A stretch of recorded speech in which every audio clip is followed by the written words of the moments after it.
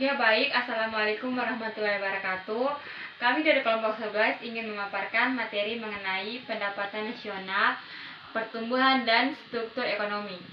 Saya sini sebagai pemateri pertama, Nureka Rahmadani, saya akan menjelaskan tentang pendapatan nasional.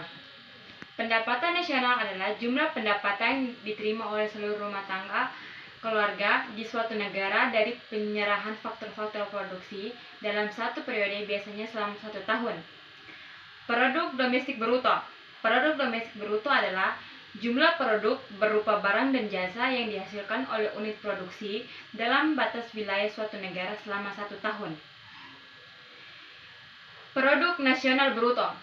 Produk nasional bruto meliputi nilai produk berupa barang dan jasa yang dihasilkan oleh penduduk suatu negara selama 1 tahun, termaksud hasil produksi barang dan jasa yang dihasilkan oleh warga negara yang berada di luar negeri, tetapi tidak termasuk hasil produksi perusahaan asing yang beroperasi di wilayah negara tersebut.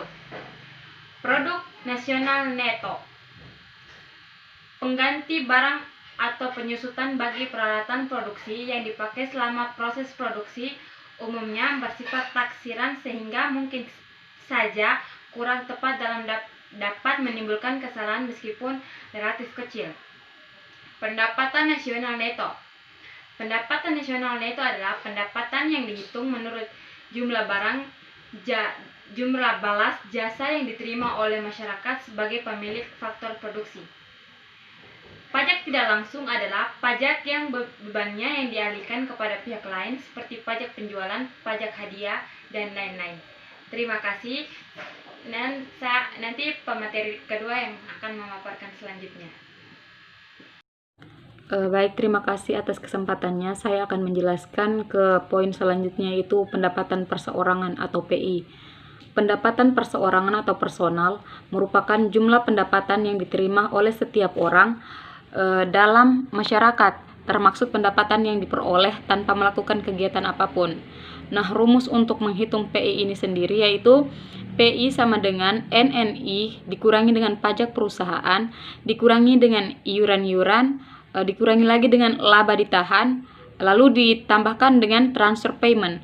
Nah, transfer payment ini sendiri merupakan penerimaan yang bukan merupakan balas jasa produk tahun ini, melainkan diambil dari sebagian pendapatan nasional tahun lalu.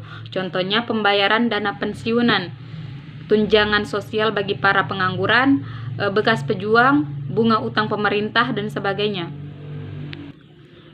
Lalu masuk pada poin berikutnya, yaitu pendapatan yang siap dibelanjakan atau DI.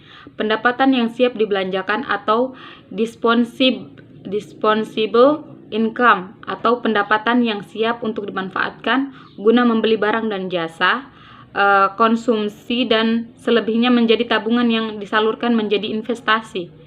Nah, rumus untuk menghitung DI ini sendiri yaitu DI sama dengan PI dikurang pajak langsung. Pajak langsung atau direct tax merupakan pajak yang bebannya tidak dapat dialihkan kepada pihak lain. Artinya, harus langsung ditanggung oleh wajib pajak. Contohnya pajak pendapatan.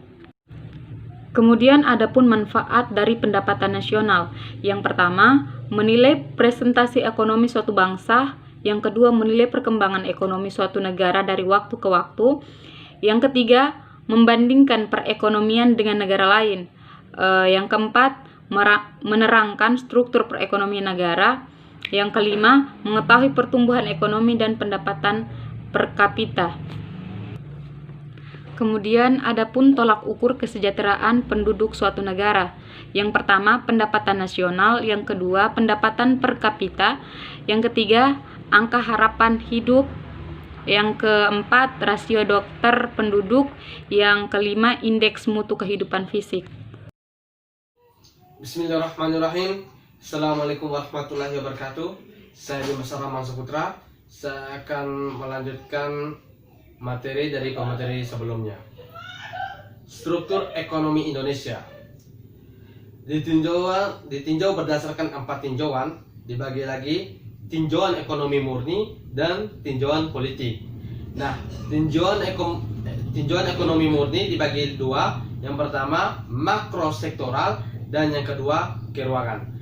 Tinjauan politik, yang pertama penyelenggaraan kenegaraan, yang kedua birokrasi pengambilan keputusan. Tinjauan makrosektoral. Berdasarkan tinjauan ini, struktur ekonomi dapat berstruktur. Yang pertama agraris, agrikultural,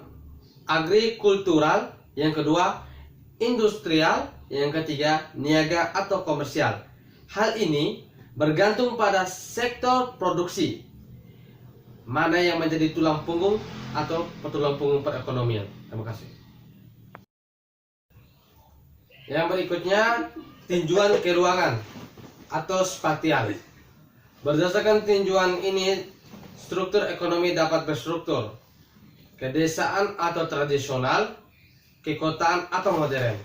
Nah, di kekotaan atau modern ini, hal ini bergantung pada apakah wilayah pedesaan dengan teknologi yang tradisional atau wilayah perkotaan dengan teknologinya modern yang mewarnai kehidupan perekonomian.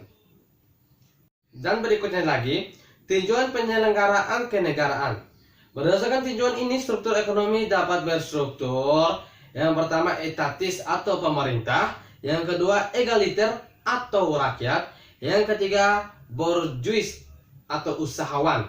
Hal ini bergantung pada kalangan mana yang menjadi pemeran utama dalam perekonomian. Dan berikutnya lagi, tinjauan birokrasi pengambilan keputusan. Berdasarkan tinjauan ini, struktur ekonomi dapat berstruktur menjadi dua, sentralistis dan yang kedua desentralistis. Dan yang terakhir, realita yang ada di Indonesia. Jadi struktur ekonomi Indonesia dikatakan sudah bercorak industri. Namun, Boge ekonom Belanda menyatakan bahwa masih dualistis. Artinya, mata pencaharian utama sebagian besar penduduk sebagai petani. Namun, sumbangan utama pendapatan nasional adalah sektor industri.